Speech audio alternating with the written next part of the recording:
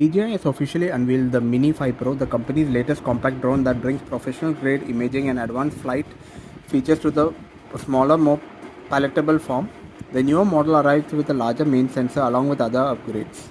The brand's Mini 5 Pro get announced today. It has a larger 1-inch CMOS camera sensor with a 50 megapixel resolution. It offers 4K 60 frames per second with HDR enabled and maxed out at 120 frames per second.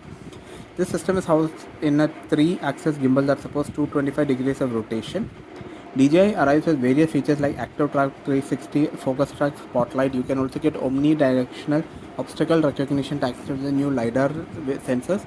The new compact drone offers a bunch of handy features like MasterShots, QuickShots, and Quick Transfer. On a single charge, you can fly up to 36 minutes with a range of around 20 kilometers.